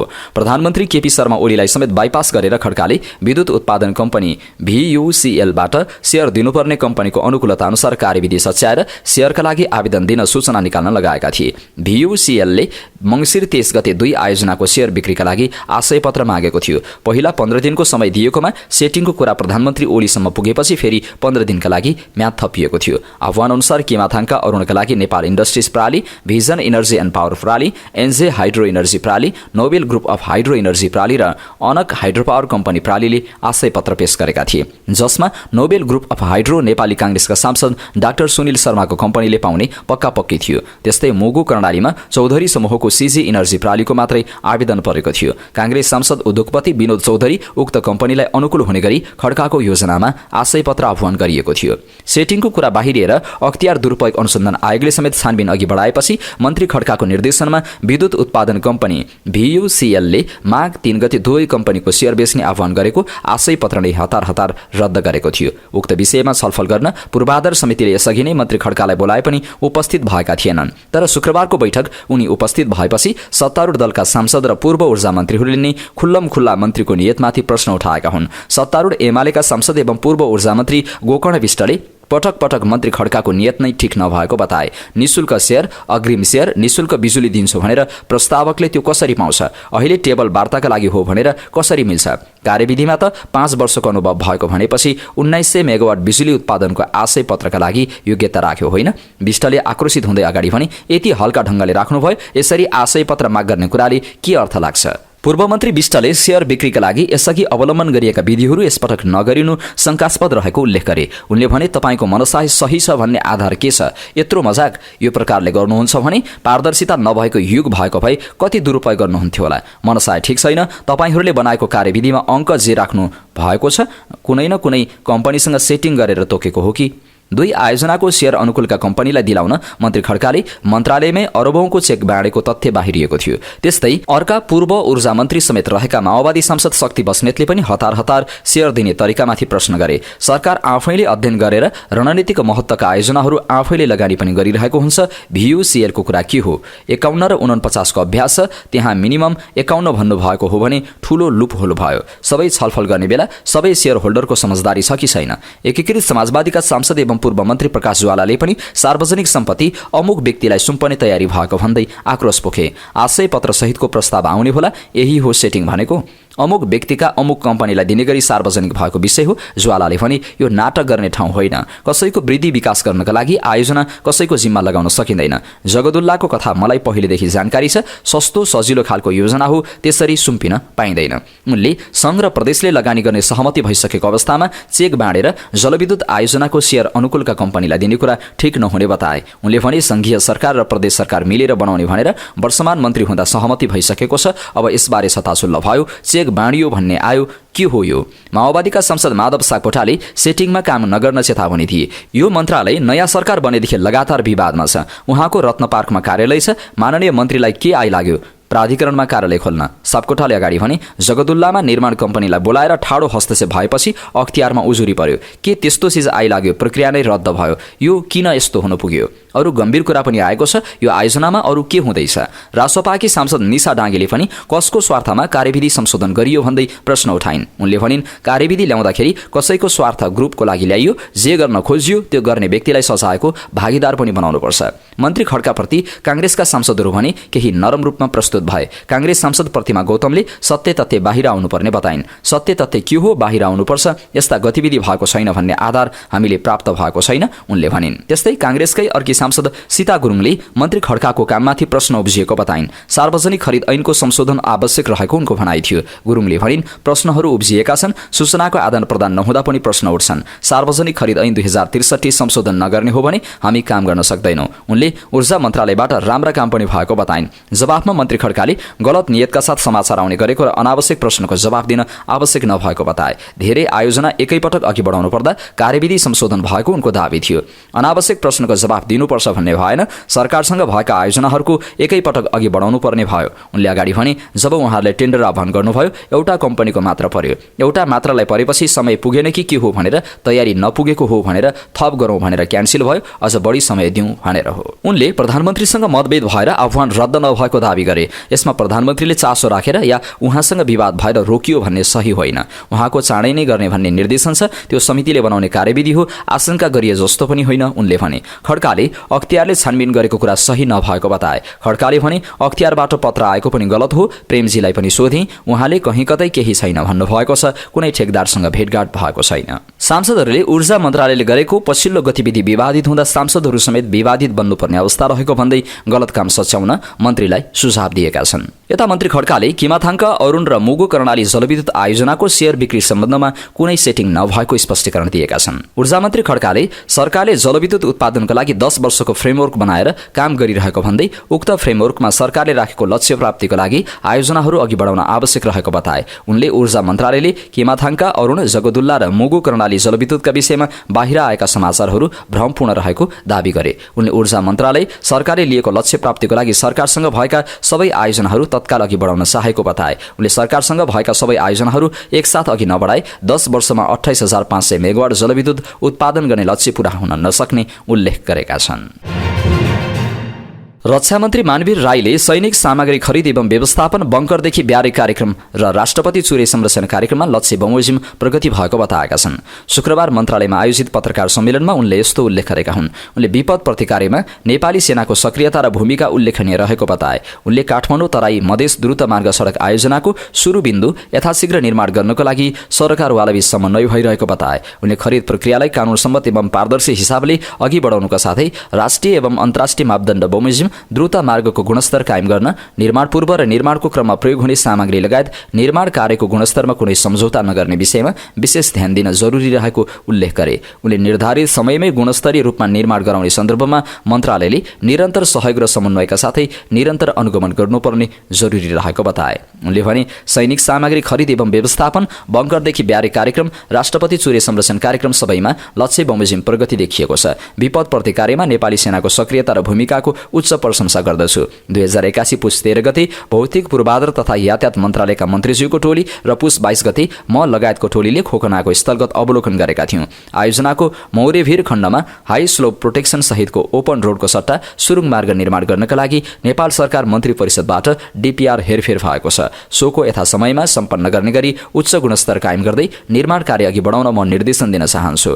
काठमाडौँ तराई मधेस द्रुत मार्ग सडक आयोजनाको सफल कार्यान्वयनका लागि केही कुरा राख्न चाहन्छु। आयोजनाको सुरु बिन्दु यथाशीघ्र निर्माण गर्नको लागि सरकारवाला बीच समन्वय गर्ने, खरिद प्रक्रियालाई कानून सम्मत एवं पारदर्शी हिसाबले अघि बढाउनुका साथै राष्ट्रिय एवं अन्तर्राष्ट्रिय मापदण्ड बमोजिम द्रुत मार्गको गुणस्तर कायम गर्न, निर्माण पूर्व र निर्माणको क्रममा प्रयोग हुने सामग्री लगायत निर्माण कार्यको गुणस्तरमा कुनै सम्झौता नगर्ने विषयमा विशेष ध्यान दिन जरुरी छ। निर्धारित समयमै गुणस्तरीय रूपमा निर्माण गराउने सन्दर्भमा मन्त्रालयले निरन्तर सहयोग र समन्वयका साथै निरन्तर अनुगमन गर्नुपर्ने हुन्छ।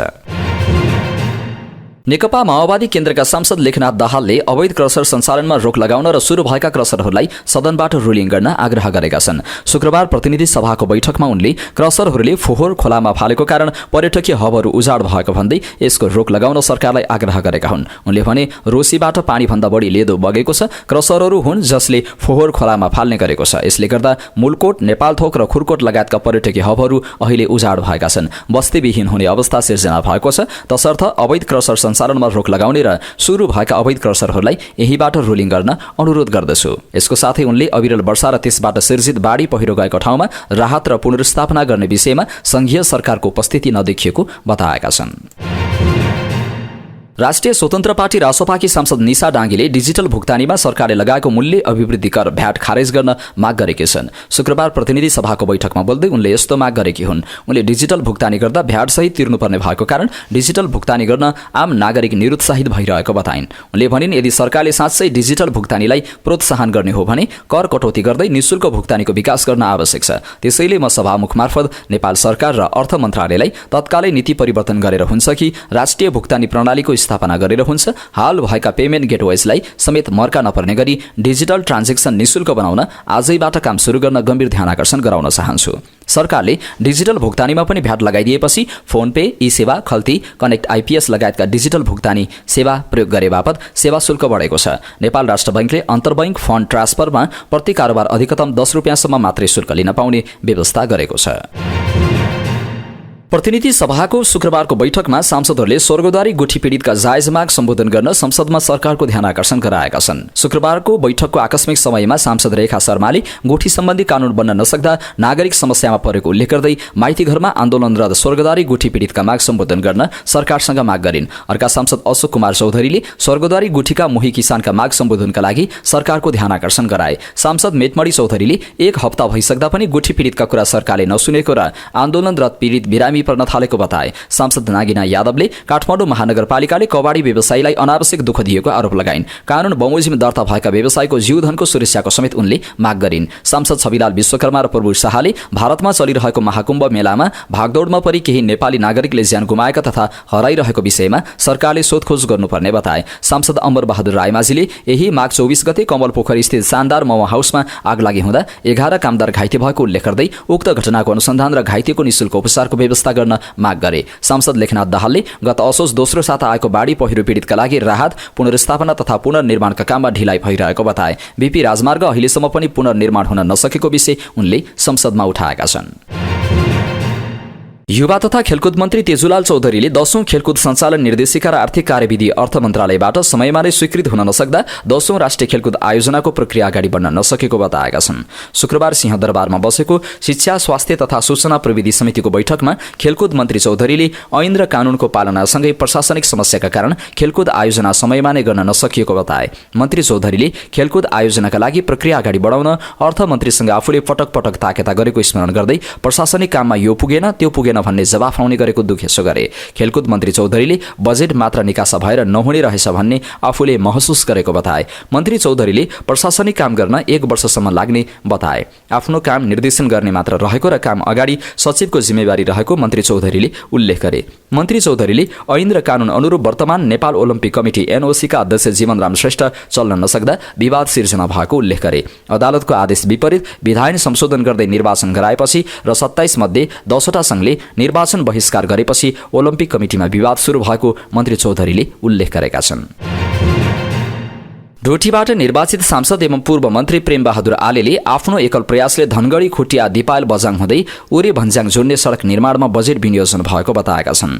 शुक्रबार संघीय संसदको प्रतिनिधि सभाको शून्य समयमा बोल्दै सांसद आलेले उक्त सडक निर्माणमा आफूले बजेट विनियोजन गराउन सफल भएको दावी गरे। उनले उक्त सडकको बजेट विनियोजनका विषयमा केही तत्त्वहरूले अनावश्यक हल्ला फिजाइरहेको बताए। उनले भने, म डोटीबाट एकमात्र निर्वाचित संघीय सांसद हुँ। मैले यो सडकमा बजेट विनियोजन गराउनका लागि प्रधानमन्त्री अर्थमन्त्रीसँग पटक पटक माग गरेँ र धाएँ। बजेट विनियोजन गरियो। अहिले प्रदेशका मन्त्री सांसद उक्त सडकमा आफूले बजेट विनियोजन गराएको भन्दै हल्ला फिजाउन थालेका छन्। संघीय सरकारको बजेट संघीय सांसदले विनियोजन गराउँछन् कि प्रदेशका मन्त्री सांसदले? यसैगरी सांसद आलेले उक्त योजनामा प्रदेश सरकार स्थानीय तहहरूले बजेट विनियोजन नगराएको स्पष्ट पार्दै आफ्नो एकल प्रयास र मेहनतले बजेट पार्न सफल भएको जिकिर गरे। उनले भने, झुटको खेती गर्न त लाज मानौ। तपाईहरूलाई आफूभन्दा माथिल्लो तहका योजना पनि हामीले गरेका हौं भन्न पनि कति पनि लज्जाबोध हुँदैन?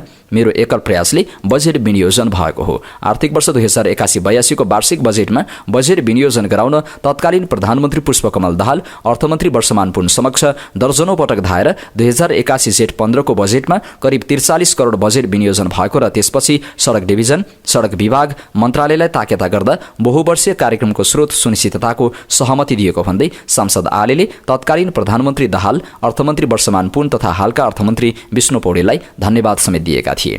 धनगढीदेखि उरेसम्म पुर्याउने लक्ष्य बोकेको उक्त योजना निर्माणका लागि रु 1 अर्ब बजेट भए पनि यो कमै भएको तथा 1 अर्बले अब हाडखोलीदेखि कापडासम्म 7 मिटर चौडा भएको सडक कालोपत्रेका लागि चाँडोभन्दा चाँडो टेन्डर आह्वान गर्न सडक विभागलाई र डिभिजनलाई उनले आग्रह गरेका छन्। यो सडक भारत, नेपाल, चीन जोडिएको त्रिदेशीय सडक भएको तथा भारत र नेपालका हिन्दू धर्मावलम्बीहरू यो सडक मार्ग भएर चीनको मानसरोवरसम्म जाने नेपालको सबैभन्दा छोटो र भू बनावटको आधारमा सुविधाजनक सडक भएकाले यो सडक निर्माणका लागि अनवरोध रूपमा लागिरहेको उनको भनाइ थियो। उनले भने, यहाँको पर्यटन प्रवर्धनका लागि धनगढी खुटिया दिपायल सडक खप्तडको कोसेढुङ्गा साबित हुनेछ। नेपाली कांग्रेसका सांसद डाक्टर प्रकाश शरण महतले ताप्लेजुङको पाथिभरा मन्दिर पुग्नका लागि केबलकार बनाउने विषयमा भएको विवाद शान्तिपूर्ण संवादबाट टुङ्ग्याउनु पर्ने बताएका छन्। शुक्रबार प्रतिनिधि सभाको बैठकपछि सञ्चारकर्मीहरूसँग कुराकानी गर्दै उनले यस्तो बताएका हुन्। उनले ताप्लेजुङवासीको परम्परा र संस्कृतिको संरक्षण हुने गरी केबलकार बनाउनु पर्ने बताए। उनले पाथिभरामा केबलकार निर्माण गर्न सके त्यहाँको आर्थिक गतिविधि चलायमान हुने विश्वास व्यक्त गरे। उनले केबलकार बनाउन सके पर्यटकको संख्यामा वृद्धि हुने भएका कारण त्यहाँको स्थानीय उत्पादनले स्थान पाउने र रोजगारीको अवसर समेत सिर्जना हुने बताए। उनले केबलकार निर्माणको विषयमा भइरहेको विवाद मिलाउन सरकार लागिरहेको समेत बताए। ताप्लेजुङको पाथिभरा मन्दिर जाने केबलकार बनाउने विषयमा पक्ष र विपक्ष बीच विवाद हुँदै आइरहेको छ। पूर्व राष्ट्रपति विद्यादेवी भण्डारीले नेपालको शिक्षा क्षेत्र बरालिएको महसुस गरेको बताएका छन्। शुक्रबार अरुणोदय माध्यमिक विद्यालयको 60औं वार्षिकोत्सवलाई सम्बोधन गर्दै उनले यस्तो बताएकी हुन्। उनले शिक्षा राष्ट्र निर्माणको मूल खम्बा हुनुपर्नेमा त्यसो हुन नसकिरहेको बताइन्। माध्यमिक तह पास गरेपछि विदेश अध्ययनका लागि विद्यार्थी जाने वातावरणलाई अन्त्य गर्न स्वदेशमै रोजगारीको अवसर सिर्जना गर्न सक्नुपर्ने उनले बताएका छन्। उनले देश विकास गर्ने अनुकूल समय अहिले रहेको बताइन्। विगतमा 3 महिनामा सरकार परिवर्तन हुने समस्या रहेकोमा अहिले सरकार स्थायी रहेको बताइन्। उनले अहिले गर्न नसके कहिले पनि गर्न सकिँदैन भन्ने चासो र चिन्ता आम नागरिकमा रहेको पनि बताएका छन्। बाल यौन दुरुपयोगको आरोपमा दोषी ठहर भएका मदन राईलाई अदालतले सजाय सुनाएको छ। जिल्ला अदालत खोटाङका न्यायाधीश नारायण प्रसाद दाहालको इजलासले शुक्रबार राईलाई 2 वर्ष 6 महिना कैद सजाय र 1 लाख जरिवाना तोकिएको सूचना अधिकृत सुदीप कुमार भट्टराईले जानकारी दिए। उहाँलाई 2 वर्ष 6 महिना कैद र 1 लाख जरिवाना सुनाइएको छ। उनले भने त्यस्तै पीडित बालिकालाई 1,50,000 क्षतिपूर्तिको पनि सजाय न्यायाधीश दाहालको इजलासले सुनाएको छ। राईमाथि नैतिक पतन देखिने गरी कसुर ठहर भएको भट्टराईले बताए। आफैले स्थापना गरेको सुभद्रा मदन फाउन्डेसनमा पढ्ने बालिका र किशोरीहरूलाई यौन दुर्व्यवहार गरेको आरोपमा यसअघि नै उनी दोषी ठहर भएका थिए। 10 माघमा दोषी ठहर भएका राईलाई सजाय निर्धारणका लागि शुक्रबारको पेशी तोकिएको थियो। मदन राईले आफूले स्थापना गरेको फाउन्डेसनमा पढ्ने बालिकाहरूलाई लामो समयदेखि यौन दुर्व्यवहार गरेको आरोपमा अनुसन्धान अघि बढेको थियो। प्रहरीले राईलाई नियन्त्रणमा लिएर मुद्दा चलाएको थियो। बर्दियामा बाख्रा चराउन गएकी एक महिलाको चितुवाको आक्रमणबाट मृत्यु भएको छ। बर्दियाको मधुबन नगरपालिका 7 बस्ने अन्दाजी 51 वर्षीय जुना कुमारी लामिसानेको शुक्रबार बिहान चितुवाको आक्रमणबाट मृत्यु भएको जिल्ला प्रहरी प्रवक्ता डीएसपी ऋषिराम घरती मगरले जानकारी दिए। उनले भने नेपाल भारत सीमा क्षेत्रमा उहाँ बाख्रा चराउन जानु भएको र बिहान 11 बजेतिर चितुवाले आक्रमण गरेको थियो। त्यसपछि स्थानीयले देखेपछि होहल्ला गरेपछि चितुवा भागेको थियो। डीएसपी मगरका अनुसार स्थानीयले प्रहरीलाई दिउँसो 1:30 बजेतिर मात्रै खबर गरेको थियो। घाइते भएको जुनालाई जिल्ला अस्पताल गोडरिया पुर्याउँदा चिकित्सकले उनलाई मृत घोषणा गरेका थिए। यो साता शेयर बजार 1.5% अर्थात् 42 अङ्क बढेको छ। गत साता 2657 मा बन्द भएको बजार यो साता 2679 मा पुग्यो। यो साता 5 दिन कारोबार भयो। पहिलो दिन आइतबार 69.80 अङ्क बढेको बजार सोमबार थप 2.41 अङ्क बढ्यो। त्यसपछिका 3 दिन लगातार घट्यो। मंगलबार 14.08, बुधबार 4.45 र बिहीबार 11.64 अङ्क घट्यो। समग्रमा यो साता बजारले वृद्धिलाई निरन्तरता दियो। गत साता जम्मा 3 अङ्क बजार बढेको थियो। यो साता आइतबार 12 अर्ब 95 करोडको कारोबार भयो, जुन कारोबार रकम भदौ यथाकै उच्च हो। त्यसपछि बजार सुस्ताउँदा कारोबार रकम पनि बढ्न सकेन। सोमबार 11 अर्ब 87 करोड, मंगलबार 8 अर्ब 91 करोड, बुधबार 8 अर्ब 95 करोड र बिहीबार 9 अर्ब 24 करोडको कारोबार भयो। अब अन्तर्राष्ट्रिय खबर। अमेरिकी राष्ट्रपति डोनाल्ड ट्रम्पले संयुक्त राज्य अमेरिकाले गाजा नियन्त्रणमा लिन र प्यालेस्टिनीहरूलाई स्थानान्तरण गर्न सक्ने सुझाव दिएपछि कब्जा गरिएका प्यालेस्टिनी क्षेत्रहरूमा व्यापक निन्दा भएको छ। बासिन्दा र नेताहरूले आफ्नो मातृभूमिबाट कुनै पनि विस्थापनको प्रतिरोध गर्ने प्रतिबद्धता व्यक्त गरेका छन्। इजरायली प्रधानमन्त्री बेन्जामिन नेतन्याहुसँगै बोल्दै ट्रम्पले अमेरिकाले गाजापट्टिको नियन्त्रण लिने र यसलाई पुनर्विकास गर्ने बताएका थिए। यद्यपि उनले प्यालेस्टिनीहरूलाई कसरी पुनर्स्थापित गर्न सकिन्छ भन्ने बारेमा कुनै विवरण दिएनन्। उनले आफ्नो भूमिमा आफ्नो उपस्थिति विदेशबाट आउने कुनै पनि निर्णयको अधीनमा नरहेको बताए। प्यालेस्टिनी राष्ट्रपति महमुद अब्बासले ट्रम्पको टिप्पणीलाई अन्तर्राष्ट्रिय कानूनको स्पष्ट उल्लङ्घन भनेर अस्वीकार गरेका छन्। जोर्डनका राजा अब्दुल्लाह द्वितीयले गाजा र पश्चिमी किनारमा प्यालेस्टिनीहरूलाई भूमि कब्जा गर्ने वा विस्थापित गर्ने कुनै पनि प्रयासलाई अस्वीकार गर्ने बताएका छन्। प्यालेस्टिनीहरू आफ्नो भूमिमा रहन सुनिश्चित गर्ने महत्त्वमा जोड दिए। राजाले अम्मानमा प्यालेस्टिनी राष्ट्रपति महमुद अब्बाससँगको भेटमा उक्त टिप्पणी गरे, जसमा उनले 2 राज्य समाधानमा आधारित न्यायपूर्ण र व्यापक शान्ति प्राप्त गर्ने आवश्यकतालाई पुनः पुष्टि गरे, जसले 1967 को सिमानामा आधारित पूर्वी जेरुसलेमलाई राजधानीको रूपमा स्वतन्त्र प्यालेस्टिनी राज्यको स्थापनामा नेतृत्व गर्नेछ। राजाले प्यालेस्टिनी जनताको वैध अधिकार सुरक्षित गर्न जोर्डनको अटुट समर्थन दोहोर्याए। उनले क्षेत्रीय मुद्दाहरूलाई सम्बोधन गर्न र व्यापक तनाव कम गर्न काम गर्न क्षेत्रीय र अन्तर्राष्ट्रिय साझेदारहरूसँग जोर्डनको घनिष्ठ समन्वयलाई पनि प्रकाश पारे। गाजामा युद्धविराम कायम राख्नुको महत्त्वलाई पुनः पुष्टि गर्दै राजाले मानवीय सहायता बढाउन र गाजापट्टिका सबै क्षेत्रहरूमा यसको वितरण सुनिश्चित गर्न अन्तर्राष्ट्रिय प्रयासहरूलाई तीव्र बनाउन आह्वान गरे। राजाले पश्चिमी किनारमा बढ्दो हिंसा रोक्न र जेरुसलेममा इस्लामिक र इसाई पवित्र स्थलहरूमा आक्रमण रोक्न अन्तर्राष्ट्रिय समुदायलाई अझ प्रभावकारी भूमिका खेल्न पनि आग्रह गरे। अब्बासले प्यालेस्टिनी उद्देश्यलाई समर्थन गर्ने जोर्डनको दृढ अडान र आफ्नो वैध अधिकारको खोजीमा प्यालेस्टिनी जनताको लचिलोपनको लागि प्रशंसा व्यक्त गरे। टर्कीका राष्ट्रपति रेसेप तय्यप एर्दोगान र जर्मन राष्ट्रपति फ्रान्क वाल्टर स्टेनमेयरले गाजाबाट प्यालेस्टिनीहरूलाई विस्थापित गर्ने प्रस्तावलाई संयुक्त रूपमा अस्वीकार गरेका छन्। हालैका अमेरिकी सुझावहरूको विरोधमा 2 राज्यले समाधानको लागि आफ्नो समर्थनलाई पुनः पुष्टि गरेका हुन्। गाजापट्टिबाट प्यालेस्टिनीहरूलाई निर्वासन वा निर्वासन गर्ने प्रस्तावहरू अन्तर्राष्ट्रिय कानून अन्तर्गत अस्वीकार्य रहेको उनीहरूले बताए। स्टेनमेयरले अमेरिकी राष्ट्रपति डोनाल्ड ट्रम्पले गाजामा लाखौं प्यालेस्टिनीहरूलाई स्थानान्तरण गर्न गरेको प्रस्तावलाई स्वीकार नगरेको बताएका छन्। जर्मन राष्ट्रपतिले 2 राज्य समाधानको लागि आफ्नो देशको निरन्तर समर्थनमा जोड दिए। एर्दोगानले सिरिया, गाजा र युक्रेनमा क्षेत्रीय सहयोगको बारेमा छलफल गर्दा युद्धविराम कायम राख्ने र 2 राज्य समाधान कार्यान्वयन गर्ने दिशामा काम गर्ने अन्तर्राष्ट्रिय समुदायको जिम्मेवारीलाई जोड दिए। उनले अन्तर्राष्ट्रिय समुदायले 2 राज्य समाधानतर्फ आफ्नो प्रयास जारी राख्नुपर्ने बताएका छन्। स्थानीय सञ्चार माध्यमले रिपोर्ट गरे अनुसार मस्को क्षेत्रको रामेन्स्कोए जिल्लामा विमान दुर्घटनामा बिहीबार 2 पाइलटको मृत्यु भएको छ। प्रारम्भिक जानकारी अनुसार विमान बिहीबार दिउँसो म्याजकोभो एयरफिल्ड नजिकै दुर्घटनाग्रस्त भएको मस्को अन्तर्क्षेत्रीय यातायात अभियोजकको कार्यालयले एक विज्ञप्तिमा जनाएको छ। विमान खेतमा दुर्घटनाग्रस्त भएको हो। बिहीबार दिउँसो दक्षिणी फिलिपिन्सको मागो इन्डियानाओ डेल सुर प्रान्तमा एउटा निजी विमान दुर्घटनाग्रस्त हुँदा 3 विदेशी सहित 4 जनाको मृत्यु भएको छ। प्रहरीले दुर्घटना स्थानीय समयअनुसार दिउँसो 2 बजे अम्पाटुआन शहरमा भएको बताएको छ। फिलिपिन्सको नागरिक उड्डयन प्राधिकरणले दुर्घटनाको पुष्टि गरेको छ, तर विवरण भने दिएको छैन। फिलिपिन्स समाचार एजेन्सीले विमान बीच किङ एयर 350 भएको र 2 पुरुष सहित 4 जनाको सब गाउँलेहरूले निकालेको बताएको छ। पीडितहरूको प्रहरी प्रतिक्रियाहरूले दुर्घटनाको अनुसन्धान गरिरहेका छन्।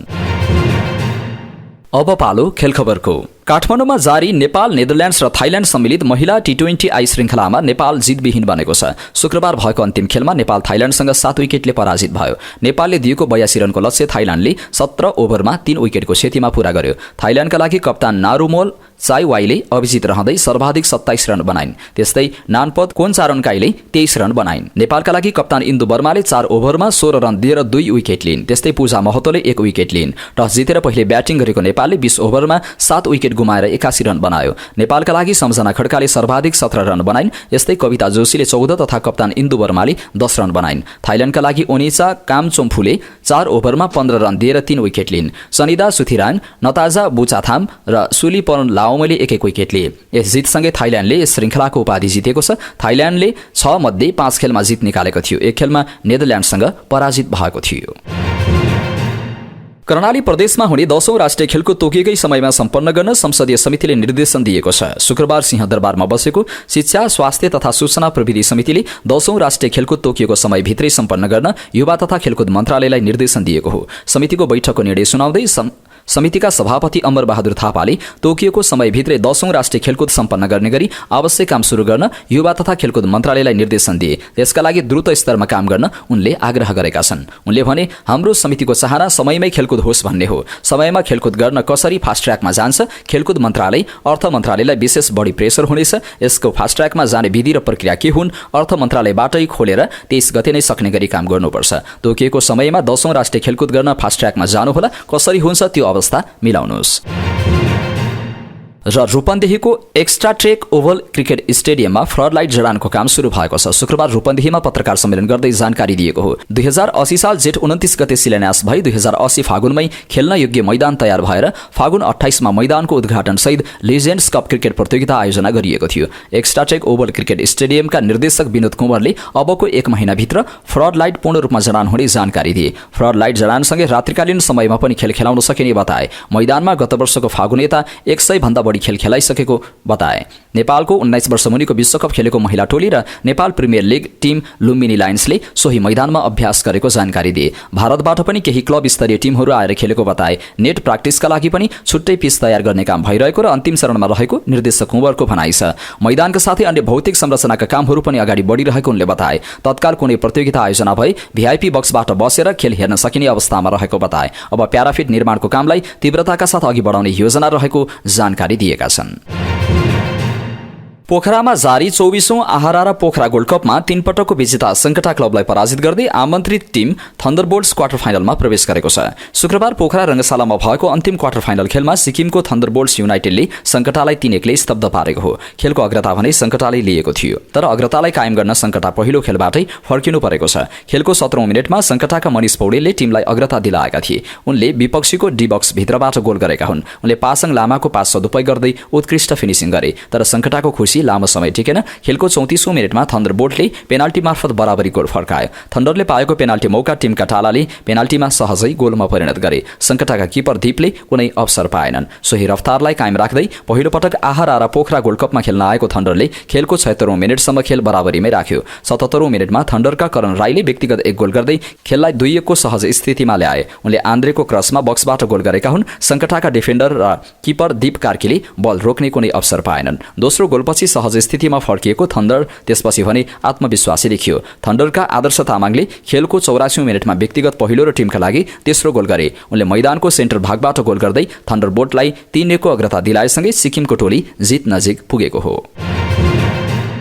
नेपाली सेनाले सेना दिवसको अवसरमा प्रधान सेनापति खुल्ला म्याराथन 2081 आयोजना गर्ने भएको छ। शुक्रबार काठमाडौँमा पत्रकार सम्मेलन गर्दै नेपाली सेनाले 262औं सेना दिवसको अवसरमा फागुन 10 गते प्रधान सेनापति खुल्ला म्याराथन 2081 आयोजना गर्ने भएको हो। पत्रकार सम्मेलनमा बोल्दै प्रमुख सेनानी नरेश केसीले 42.195 किलोमिटर पुरुष खुल्ला म्याराथन र हाफ म्याराथन 21 किलोमिटर महिला र पुरुष दुवैका लागि खुल्ला रहेको बताए। उनले 10 किलोमिटरको म्याराथन नेपाली सेनाका सैनिक अधिकृतहरू महिला र पुरुष दुवैका लागि रहेको बताए। उनले 10 किलोमिटरको म्याराथन नेपाली सेनाका विभिन्न तहमा कार्यरत कर्मचारी र काठमाडौँ उपत्यकाका अवकाश प्राप्त सकल दर्जाका 12 कक्षासम्म पढ्ने छोराछोरीहरूले पनि भाग लिन पाउने उल्लेख गरेका छन्।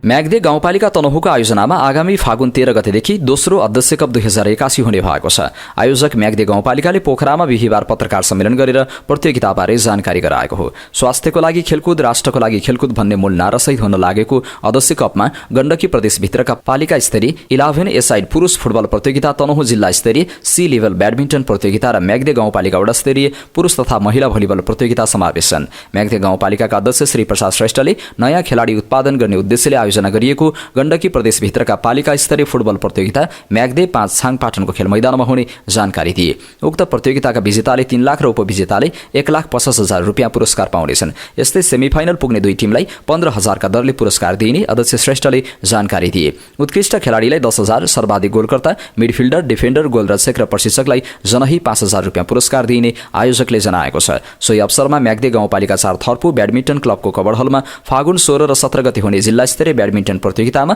पहिलो हुनेले 50,000, दोस्रो हुनेले 30,000 रुपियाँ पुरस्कार पाउनेछन्। सेमिफाइनलमा पुग्ने 2 टोलीलाई नगद रु 10,000 का साथमा ट्रफी, मेडल र प्रमाणपत्र प्रदान गरिनेछ।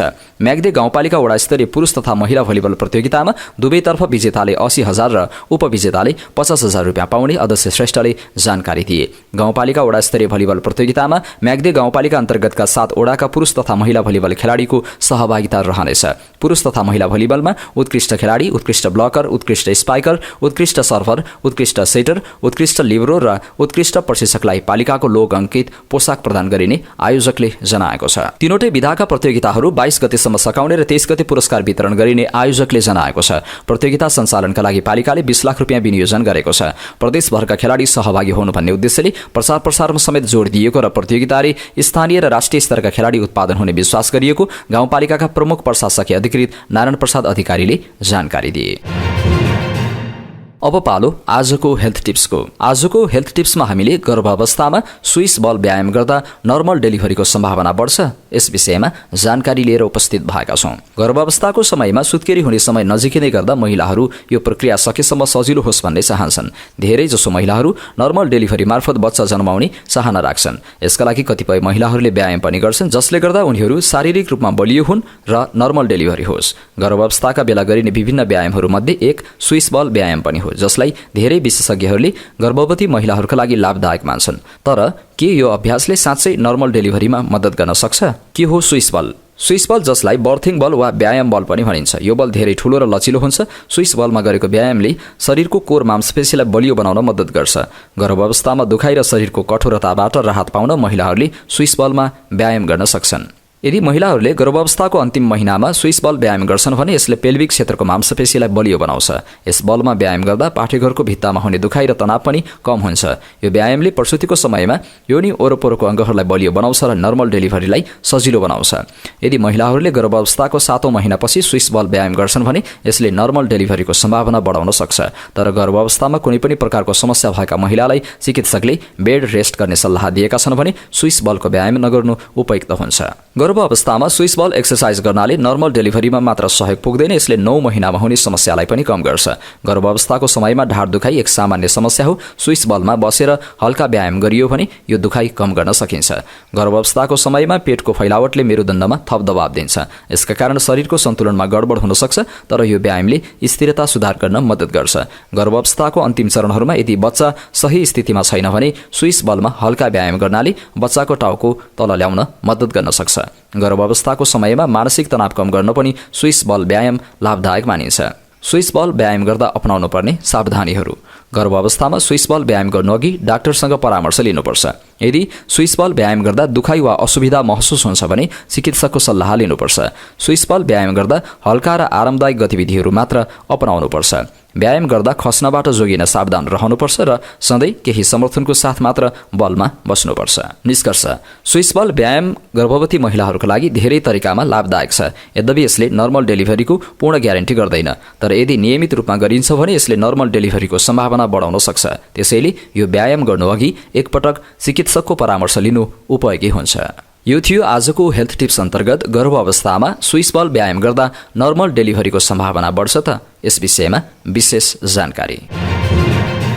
हवस् त दर्शक महानुभाव, आजका मुख्य समाचार अहिलेलाई यति नै। हामीले प्रस्तुत गरेका यी समाचारप्रति तपाईको धारणा के छ त्यो कुरा तलको कमेन्ट बक्समा कमेन्ट गर्नुहोला। हाम्रो मेहनतको लागि यो भिडियोमा एउटा सानो लाइक अवश्य गर्नुहोला। देशभित्रबाट हेर्दै हुनुहुन्छ भने आफू रहेको गाउँ ठाउँ सहर जिल्लाको नाम लेख्नुहोला। विदेशमा हुनुहुन्छ भने कुन देशबाट हेर्दै हुनुहुन्छ त्यो कुरा तलको कमेन्ट बक्समा कमेन्ट गर्नुहोला। दैनिक रूपमा हेर्नुहुन्छ भने रेगुलर भनेर लेख्नुहोला। आज पहिलो पटक हेर्दै हुनुहुन्छ भने फर्स्ट टाइम भनेर लेखिदिनुहोला। हाम्रो च्यानल अहिलेसम्म अहिलेसम्म सब्स्क्राइब गर्नुभएको छैन भने सब्स्क्राइब गर्नुहोला अनि नजिकै आउने बेल आइकनमा क्लिक गर्नुहोला। समाचारपाटी.com को न्यूज बुलेटिन नेपाली समयअनुसार आज साँझ 6 बजे लिएर फेरि हामी उपस्थित हुनेछौं। पल पलको न्यूज अपडेटको लागि समाचारपाटी.com हेर्दै गर्नुहोस्। नमस्कार।